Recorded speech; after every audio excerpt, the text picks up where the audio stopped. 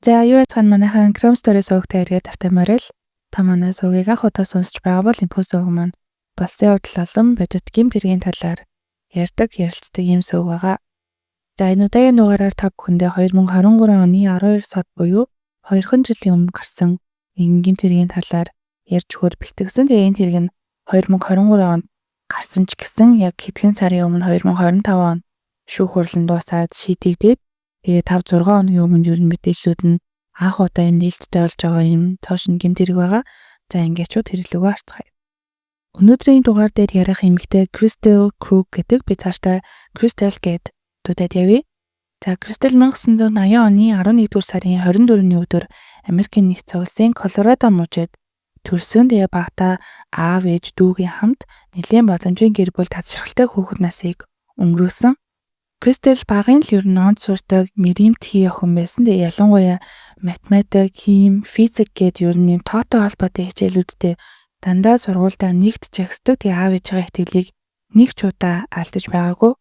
За хичээлдээ сайн байснаас гадна маш сайн бүжиглдэг байсан. Тэгээд бүжиглэх дуртай учраас сургуулийнхаа бас бүжгийн тэмцээн, урлагийн үзлэг гэх мэт зүйлүүдэд бол тогтмол ордог байсан. Амжилттай ахлах сургуулаа төгссөнийхөө дараа Crystal мужийнхаа их сургуульд тэтгэлэг авч урилгаар суралцаж тэгээ биохимийн инженер мэргэжилтэд болсон. Тэгээд төгссөнийхөө дараа нэг том технологийн компанид шууд ажилд орсон. Төрөлхийн хичээмтгий ухаантай Crystal-ийн хувьд бол ажилд ороод удаагүй байхдаа л өөрийн мэдлэг чадвар авьяасаараа бусдаас ялгарч шилдэг ажилтны нэг нь болж чадсан. Тэгээд Crystal-ийг бол ажлынхаа ухаалаг үргэлж нээж байдаг хариуцлагатай бүх хүнд туслахыг хичээдэг юм сайхан сэтгэлтэй эмэгтэй байсан гэж ярьдаг. Crystal сургууль, ажил, бүжиг гээд энэ бүгдийн хажуугаар нэг хоббитэй байсан нь аавтайгаа хамт аавынхаа гаражт нь машинуудыг нэм засах дуртай байсан юм билээ. Тэгээд Crystal-ийн аав нь олон уралдааны машинуудтай тэгээд тэрийг шинээр янзалж тоноглож шинжлэх бүрт нь ингээ охинтойгоо хамт ер нь бол энэ хоббигоо хийдэг байсан. 2006 онд 26 наснда Crystal өөрийн ирээдүйн нөхөр болох Daniel Krugтэй танилцдаг. Тэгээ Daniel бас ер нь Crystalтай яг чацуу 1980 онд төрсэн юм билээ. Тэгээ бас ер нь өндөр боловсралтай боломжийн гэр бүлээс гаралтай нэгэн. За тэр хоёр хоорондоо танилцаад тэр даруйдаа ер нь нэгэндээ татагдаад 2007 онд 27 настай байхдаа хормой ээж гэрлэлтэд батлуулдаг. Daniel Crystal 2 дундаасаа 3 хүүхэдтэй 2009 онд, 2012 онд, 2015 онд гээд ойрхон ер нь бол Crystal 3 төрсөн. Тэгээ хэдий ойрхон төрсөн ч гэсэн Crystal ажлын карьерээ авч исэн хүүхдүүдтэй ч гэсэн хамгийн сайн эйжент байсан. Нөхөр Daniel-ийн хувьд ч гэсэн өндөр боловсралтай томоохон компанид ажилладаг байсан учраас энэ хоёрын гэр бүлд ер нь санхүүгийн тал дээр ямар ч асуудал байгаагүй, тухтаа сайхан амьдарч ирсэн. Хамгийн том асуудал нь гэх юм бол Crystal, Daniel хоёр ер нь хоорондын харилцаа энэ гэрлэлтэд батлуулснаас хойш 16 жилийн хугацаанд багаар муудаж, Crystal-ийн хувьд бол сүүлийн хэдэн жилүүдэд бол Daniel-аас салах бодолтой байсан. За харин Daniel бол гэр бүлээ авч үлдэх хүсэлтэй ер нь хэдэн жилиг бол хамт амьдарсан. Crystal-ийн гэр бүл тэгээд ер нь гаднаасаа харахад 3 өргөн хүүхэдтэй, хоёулаа өндөр боловсралтай, том компаниудад ажилладаг, тухтай амьдралтай ямар ч асуудалгүй асаргалтай гэр бүл шиг ер нь харагддаг байсан ч гэсэн Crystal, Daniel хоёр бол зүгээр л хамт байгаа болохоос шал хэдийнэ 3 хүүхдүүдээ одоо сургуулаа төгсгөр нь салнаа гэд хоорондоо тохирч өгсөн юм хамтран ер нь юм амьдрчид болчихсон байсан. Тийм мэдээж Daniel-ийн хувьд бол салах бодлого гэр бүлээ авч үлдэхийг бол маш их хичээдэг байсан. За ингэж амьдарсаар 2023 оны 10 сарын 2-ны өдөр Crystal өглөө эртлэн босож өглөөний цай гэрээхэндээ хийж өгч 3 хүүхдээ сургуульд нь хөргөж өчөөд ажил дээр ирээд ажиллаа хийж атал нуцсанд нь нэг мессеж ирдэг. За энэ хүү мессеж нь болохоор Jack Anthony Holland буюу Crystal-ийн бараг 20 гаруй жилийн өмнө одоо сургууль сурч байхдаа хэсэгхэн үерхчихсэн залуугаас нь байсан. Тэгээд мессеж нь ер нь бол маш энгийн бөгөөд санаанд тодорхой. За сайн уу Crystal, би Anthony байна. Чамайг одоо хайж олсонд одоо ингэж сошиал медиагаас хайж олсон юм лээ. Тэгээд чамайг ингэж хайж байгаад олсонд чамайг зүгээр гэж найдаа. Би утахгүй одоо хэдхэн 7 хоногийн дараа танай чиний амьдардаг одоо газар очноо. Тэгээд чи надтай ер нь бол юм одоо hook up хийх үү одоо унтах уу гэсэн утгатай мессеж бичиж гисэн байсан. За Кристэл мэдээж гэр бүлтэй за тэгээд бүр олон жилийн өмнөх экснээс уулзраас нийх юм бодоогүй. Тэг хэдэн жилийн өмнө ч гэсэн ер нь сайн уу юу энэ гэд мессеж чичижсэн ч гэсэн ямар нэгэн занал хийсэн аюулгүй байсан учраас Кристэл тухайн үед бол тоохгүй хариу бичихгүй өнгөрөөчихсөн. Хамгийн анх ирсэн мессежийг нь тоолгүй хариу бичлгүй өнгөрөөсөн ч гэсэн нэрээ нутсан дугаараас мессежүүд араасаа маргаашнаас нь эхэлж ирж эхэлдэг. Тэгээд Антони байна. Чам татгалзахын аргагүй санал тавья. Одоо тийм санал тавьж ачивал зөвшөөрөх хэрэгтэй. За март угаасаа би чиний зургийг харсан.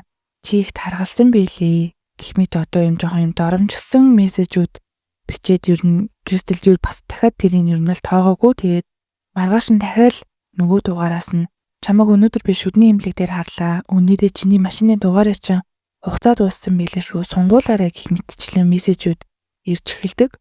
За тэгээд нэлийн тоохгүй байсан Кристэл бол энэ мессеж ирсний дараа өөрийнх нь хаагуур явж байгааг хараад за тэгээд дээрэс нь машиныг нь хүртэл дагсан гэдгийг нь бол Кристэл ойлгоод нэлийн их одоо айж эхэлсэн. Тэгээд 17-8 наснда үргэлжсэн залуу нь 20 гаруй жилийн дараа гинтл ингээ гарч ирээд ингээ сүрдүүлээд байгаа мó занал хийлээд байгаа мó ойлгоод байгаа мэддэхгүй юм учир битүүлгийг мессеж бичээд байгаа тул Кристэл үнэхээр их гайхсан.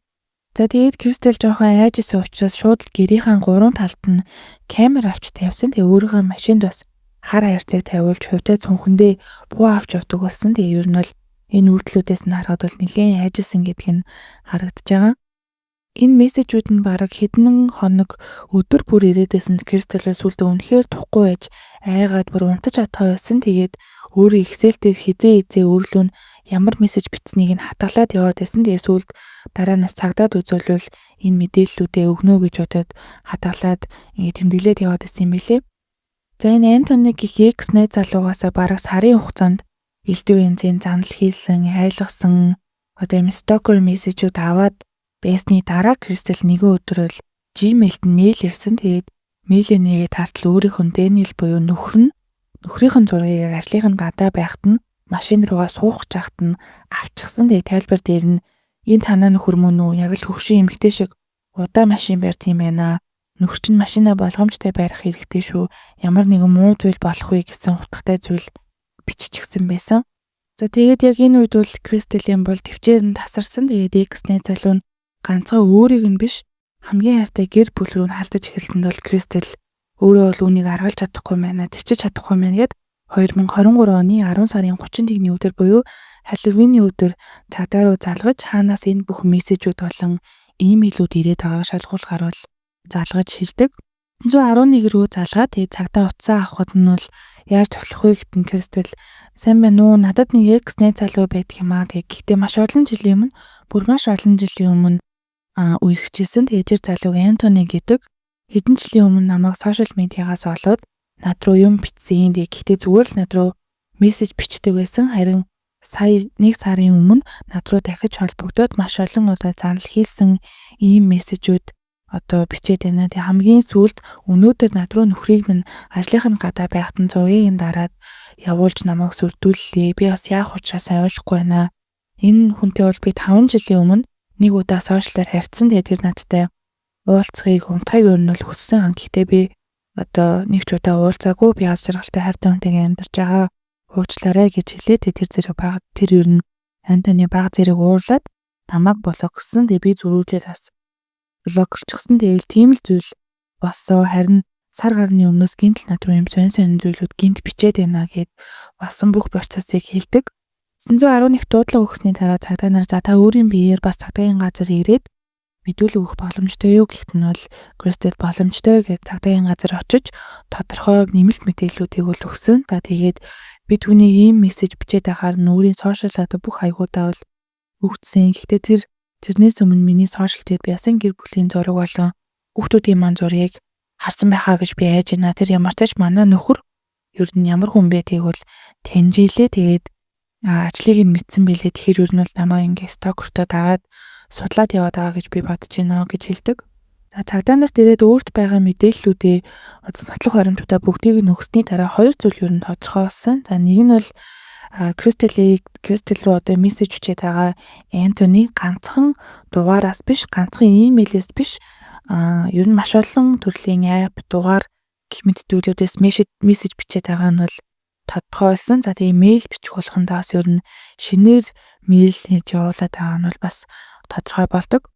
Дараагийн цагдаа нарын ер нь тодорхой болгож чадсан зүйл бол энэ зарим нэг мессежүүд нь бол энэ дандаа өөр хаягуудаас газар зүйн байршлын хувьд бол өөр хаягуудаас газруудаас ирээд байгааг нь бол олсон. Тэгээд энэ нь бол Антони өөрийгөө баригдуулахгүй гэж өөрөөр газруудаас бичээд байна уу? Эсвэл бүр амар тийм аимшигтэй зүйл сэтэд байна уу гэдгийг нь бол цагдаа нар бол хэлж мэдэхгүй байсан. Цагдаа нар мэдүүлэг аваад нотлох баримтуудыг бүгдийг нь авсныхаа дараа илүү оновчтой нотлох баримттай болохын тулд яг мэргэжлийн IP адресаар байршил илрүүлдэг тийм байгууллагад нь хандаад хариу өрхийг хүлээж исэн. За энэ хариу өрх хүлээх хоорондоо бол Кристилийн нөхөр буюу энэ амь насны нэг занал хийлээд байгаа Стокернаас ингэ зураг мөрийг авсан байсан учраас Даниэлийг дуудаад ер нь мэдүүлэг авдаг. Цагдаа нар Даниэлийг цагдаагийн газар авчсныхаа дараа за чи хизээ ер нь ихнэр чинь энэ занал хийсэн мессежүүд аваад байгааг мэдсэн би хэвтрүүлүүч хин юм сүртүүлээ занал хийлээд байгааг мэдсэн бэ гэсэн чинь Даниэл 11 сарын 2 билүү 11 сарын 1-ний өдөр байсан санагдаж байна. Ямар ч тач тэр хүн нь намайг ажлын гадаа авах зураг дараад явуулсан байсан. Тэгээ тэрний маргааш нь Кристэл надад хэлсэн гэж хэлдэг. Цагдаа өргөжлүүлээд Даниэлээс асуудаг. Тэгээ Кристэл дуг нь бол хамгийн анх 10 сарын 2-ны өдөр мессеж ирж хэлсэн юм хэлээ. Тэгээ яагаад чамд ер нь нөхөртөө ингээд 1 сарын хугацаанд хэлээгүй юм болоо гэсэн чинь Даниэл битээр ер нь бас гэрэлтийн хувьд бол бага зэрэг асуудалтай байгаа. Төдийлөн бас нэгэндээ ийм тэмдвэл боллоо гэж хэлхээ ярихаа болчихсон учраас магадгүй надад хэлээгүй баха гэж хэлдэг. За тэгээ цагдаа нар үргэлжлүүлээд ямар ч тач бид нар шалгаж байгаа мессежүүд нь ирснээс хойш Кристэл өг нь машинда хар ярцаг болон камер суулгасан юм билээ. Тэрний дараа машиныхын дугаарыг хугацаа дууссан байлаа гэх мэт мессежүүд ирсэн байсан. Тэгээ бид нар бол сүүлийн бүх хоногийнх нь бичлэгийг бүтэн ухрааж үтсэн ч гэсэн Кристелийн машины ойролцоол хин нэгэн дагж байгаа эсвэл ойрхон сэжигтэй зогсож байгаа ч юм уу тийм хүн бол олоогүй. Тэгээ энэ нь бол холоос хин нэгэн энэ бүгдийг бол ингээд хараад хийгээд байна. Эсвэл өөр шалтгаан байж болох юм гэж цагдаа нар хэлдэг. Цагдаа нар Даниэлтэй уулзсны дараа гэрэлт нь бас ер нь бүтлгүй байгаа гэдгийг нь мэдснийхаа дараа магадгүй ямар ч Антони гэж хүн байхгүй. Зүгээр л Даниэл энэ бүхний ард байж ихнэрээ ойлгож гэр бүлээ бас ийм аргаар авч үлдэхийг хүссэн байх магадaltaй сэжигсэн ч гэсэн ямар ч нотлох баримт байгаагүй учраас мессеж мэйлээр занал хийлээд байгаа хүнийг бол Кристелийн X буюу Антони л юм байна гэж 100% төвлөрч байсан. За тэгээд энэ бүхэн мэдүүлэг авч байгаа хооронд энэ бүх хооронд бол Кристел занал хийсэн мессежээ бол авсаар лсэн 2023 оны 12 сард Кристел Антонигоос дахин нэг мессеж авсан. За тэгээд Антони мессежэнд бол за сайн уу үзэсгэлэнт миний чам дээр очиж уулзч чадхааргүй болсон. Миний нээ зөвхөн чамтай тэрэнгүүгээр харьцахад дургүй байна гэсэн утгатай мессеж ирэхэд нь бол Кристел үнэхээр их баярлсан. За тэгээ ашгүйдээ ингээд алга болох нь гэж бодсон. Тэгээд энэ мессеж ирснээс хойш хэдэн өдөр бол Кристел Даниэл хоёр бол амар тайван сайхан байсан. 2023 оны 12 сарын 14-ний өдөр буюу занал хийсэн мессеж ирснээс 2 сар 12 өдрийн дараа гэрийн л нэг өглөө шиг байсан. Тэгээ Кристел 3 хүүхдээ машиндаа суулгаад хичээлд нь хөргөж өгөхөөр явсан. Тэгээ Кристел өглөө болгон хүүхдүүдээ буулгачаад гэртээ буцаж ирээд ажилдаа явдаг гэсэн учраас яг л тэр зуршлаараа буцаад хүүхдүүдээ буулгачаад гэрлүүгөө явсан. Гэртээ ирснийхэн дараа хэдэн минутын дараа Даниэл 8 цаг 25 минутанд Кристелийг ирснээс хойш 25 минутын дараа гэрээсээ явж ажил руугаа явж байгаа нь бол бас камерын бичлэгт бол нөгөө гэртээ суулгасан байгаа камерын бичлэгт нь бол бас бичигдсэн. За тэгээд яг тэр өдрөө Кристелийн нөхөр Даниэл нь хүүхдүүдийн талаар асуух гээд өглөөнөөс хойш ажил дээрээ очиод эхнэрлүүгээ залгасан боловч эхнэр нь бүр хуцаа юусаа авахгүй мессеж бичсэн ч гэсэн хариу бичдэггүй. Тэгээд Даниэл сүлдээ бүр гайхаад ер нь бас юм занал хийсэн мессежүүд дээр ирээд амнаас нь занал хийлээд байсан учраас айсан тэгээд 911 руу тудлаа өгсөн. Тэгээд диспатчер хуцаа аваад яаж тусах вэ гэхтэн Даниэл бол за энэ бол тийм бас юм яаралтай зүйл биш ээ. Гэхдээ эхнэр маань өглөөнөөс хойш хуцаа авахгүй байна. Мессенжэнд манаас хариу бичихгүй байгаамаа. Тэгээ манай эхнэрийн хувьд бол байн хуцтайгаа байдаг болохоор би бол бага зэрэг бас санаа зовоод байна. Тэгээ дээрэс нь эхнэр өтөр сүүлийн 2 сарын хугацаанд бидний амь насны занал хийсэн мессеж ирээд байсан. Тийм болохоор би бага зэрэг санаа зовоод байгаа учраас та бүхэн очиод шалгаад өгч болох уу гэдэг.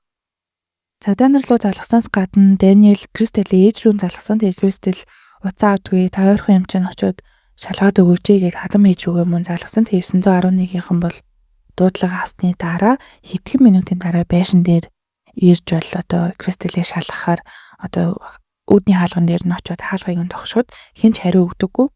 Дуудлагаар ирсэн цагдаад нэг сонин санагдсан зүйл нь урт хаалганы хажуу талын камерыг нь цэнхэр өнгийн лентээр дараад хаачихсан байсан. Ер нь бол одоо урд камер нь одоо ажиллахгүй ингээд харахгүй болчихсон гэсэн үг. Тэгээд цагдаа ер нь нэлээд гайхаад байшингийн тойрж үзсний дараа гаражийн хаалганы дээд цонхоор нь машиныхаа урд хамар хэсэг дээр нь зогсож байгааг харахад харамсалтай нь Кристэлийг цуснд бодогдсон өгсөн байгааг нь цагдаа холоос харсан. Тэгээ хасан даруйдаа шууд үүдний хаалган дээр очиод хүчтэй ингээд хаалгыг бүр хүчээрээ өшгөөсөн ч гэсэн хаалга нь угаасаа юм нээлттэй байсан учраас ямар ч хүч зарцуулах шаардлагагүйгээр шууд төгжээгүй онгойчсон. Тэгээ дуудлагаар ирсэн цагдаа шууд л гараж руу одоо Кристэлийг харсан учраас гэрлөө нөрөөд гараж руу ороод Кристэлд бол хиймэл ямцгаа хийсэн ч гэсэн энэ бүхэн зүйл энэ бүх одоо хитрхи оройтсан байсан. Гаражийн хан болон шалаар дүүрэн Кристэлийн бенз нь бол цус гарсан. Тэгээ цус улчихсан байсан. Тэгээ шүүх шинжилгээгээр хүчтэй зүйлээр толгоондоо 3-4 удаа цохиулж одоо ухаалцсан. За тэгээ зүрхэн тушаа газартаа утгалуулж цус алдан амнаас алдсан гэдэг ер нь бол дүнэлт гарсан юм элэ. Тэгээ Кристэлийн амийг аврахад бол хитрхи оройтсан гэдгийг мэдсэн цагдаа бол нэмэлт хүч дуудаад тэгээд хүлээжсэн. Нэмэлт дуудаад хүлээж авах хооронд бол нэг хүн төрүүлээд ирчихсэн. За тэр хүн нь бол Кристэлийн мэдээж ээж нээсэн. Тэгээ Даниэл 911 рүү залгахдаа Кристэлийн ээж рүү нас залгаад та очиж шалгаад өгөөч гэсэн болохоор ээж нь бол дороо ингээд алхаад хүрээд ирсэн нь бол тэр байсан. Тэгээ Кристэлийн ээж нь бол ямар ч ээж хүн өөрийнхөө нүдээр хизээж харамгүй аимшигтай дүр төрхийг бол өөрийнхөө нүдээр харсан. Тэгээ цагдаа нар ээжийг нь хэргийн газар руу ойртуулахгүй та танаа хүлээж агаарай гэхэд нь бол ээж нь мэдээж охиноо ингээ холоос гаражийн хаалганаас хараад юу болоод байгааг бол ойлгож шууд ингээ уйлж хэлсэн. Үгүй элгүү дээ, үгүй агаасаа гэл ингээл уйлал амир өрөвдөлтэй зогсоод байдаг. Тэгээд ингэж хоорондоо бол нөхөр болон өөрийнхөө хүү буюу одоо Кристэлийн дүүг бас хэргийн газар бол дуудсан. Гэмтэрэг гарсан газар Кристэлийн аав, ээж, дүүгийнх нь эхнэр гээд хүмүүс ирсэн, уйлаад яхаа мэдгүй байж ахт бол нэг л хүн байдаггүй. Тэгээ энэ нь бол Кристэлийн нөхөр байсан. Тэгээ цагдаа нар ирснээс 20 гаруй минутын дараа Даниэл гэртээ ирсэн. Тэгээд гэрийнхэн зүг бүр харахад хаас айгу шар утсаар бүччихсэн олон цагдаагийн машин, төрөний машин байгааг хараад бол шууд л хурдтай гүйж энэ манай байшин байгаа маа юу болсон бэ? Манай ихнэр хаана байна гэд үнэхээр аимшигтай бол сандарсан байдалтай ирсэн. Тэгээд Даниэл бол хэргийн газар ирээд юу болж байгааг мэдснийхэн дараа л газар суугаал шууд л бас уйлж эхэлдэг. Тэгээд 2 сарын турш эхнэрийг нь хуучин найз залуу 8 наснд занал хийлээд байхад түүнийг нь мэдсээрээ хамгаалж чадаагүй өөртөө бол үнэхээр гутарч би түүнийг хамгаалах хэрэгтэй байсан юм аа гэд маш их уйлж гашууддаг. Тэгээд Кристэлийн гэрийнх нь бас Даниэлийг бол бас баг зэрэг ч гэсэн тайвшруулахыг оролцдог ч гэсэн.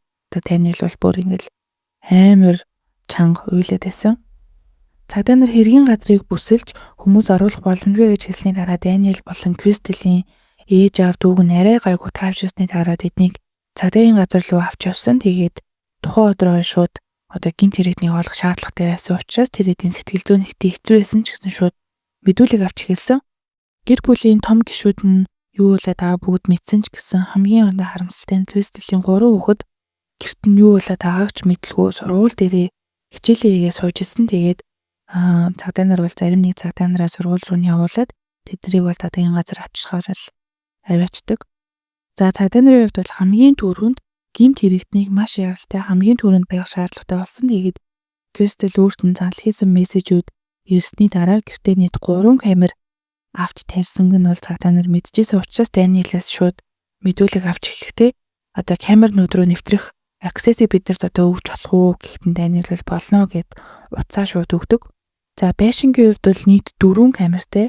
Байшингийн урд хаалганы хажууд нэг, гаражны одоо орох хэсэгт нэг, байшингийн арын хаалга дээр нэг, за байшингийн хажуу тал руу харсан нэг камер бол тус байсан. Тэгээ байшингийн урдлын хаалганы хажуу талын камер болохоор маш олон жил болж байгаа бол нөгөө 3 болохоор Кристэл нөгөө өөрлөгөө занал хийсэн мессежүүд ирээд ирсний дараа суйрлуулсан камернууд юм байлээ.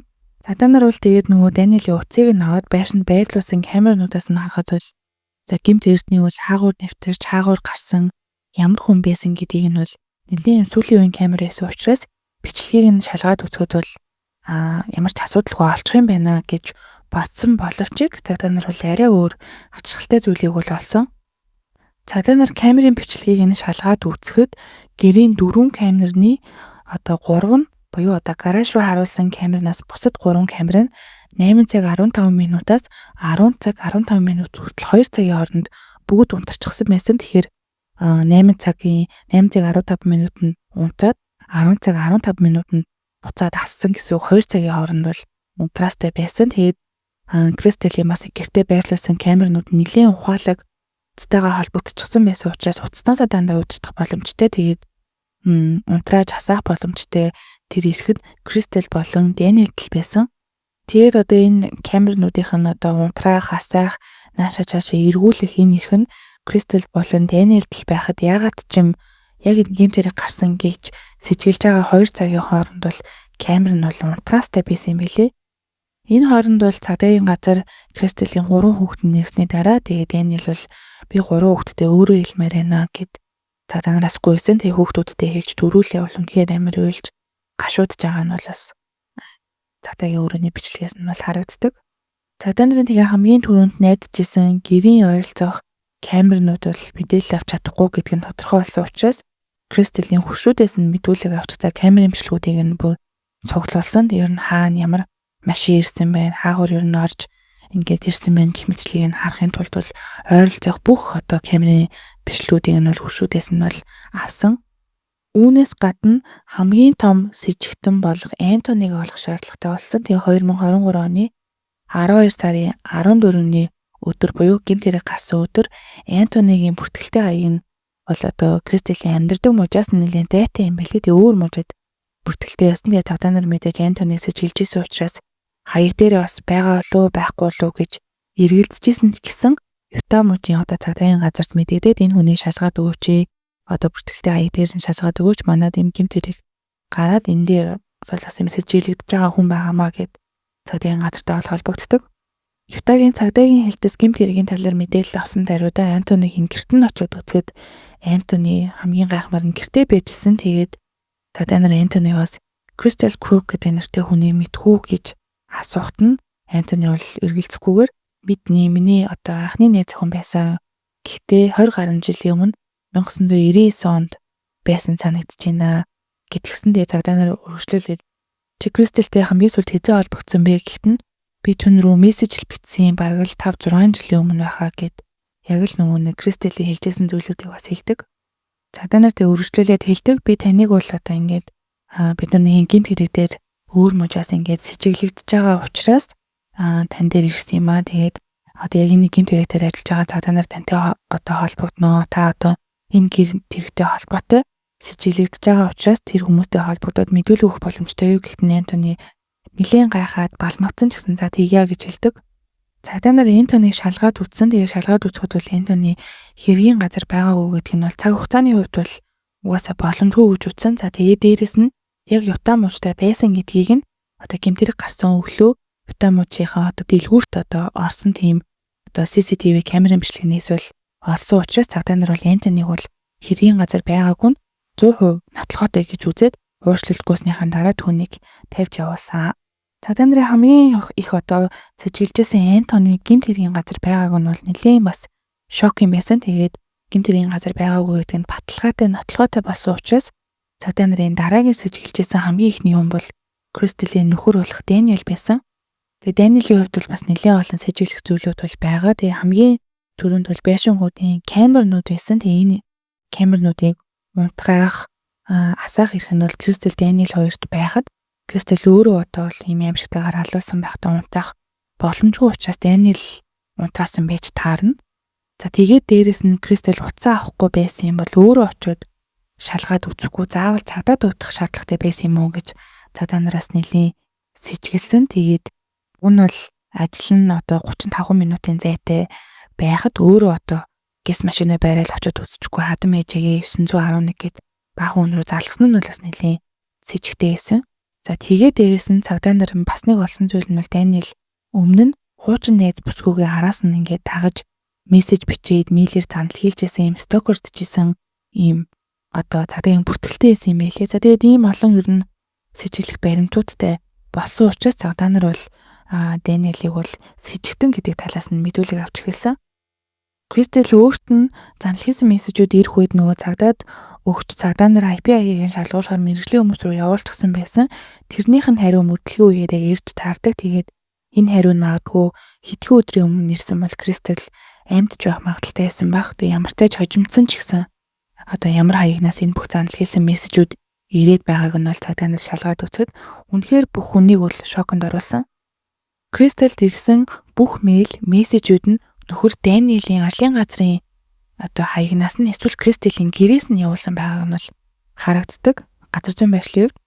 За тэгээд Даниэл бол өөрт нь одоо мэдүүлэг авч байхдаа бол цагдаа нар мэдээж хэлдэг. Тэгээд эхнэрт чинь ирсэн бүх мэйл, мессежүүд танай ажлын газраас ирсэн байсан. Тэгээд ихэнх нь ирсэн байсан. Тэгээд чамд үүн дээр тайлбар байна уу гэхэд Даниэл бол үнэхээр ингээд гайхаад балмагдж байгаа нь харагддаг. Тэгээд нэг сэтэж болсон зүйл нь бол угаасаа тэр хүн одоо манай ажлын газрын гадаа байхдаа миний зургийг аваад явуулчихсан байсан. Тэгэхээр бол IP адрес нь тэр заах нь бол боломжтой шүү дээ гэдэг.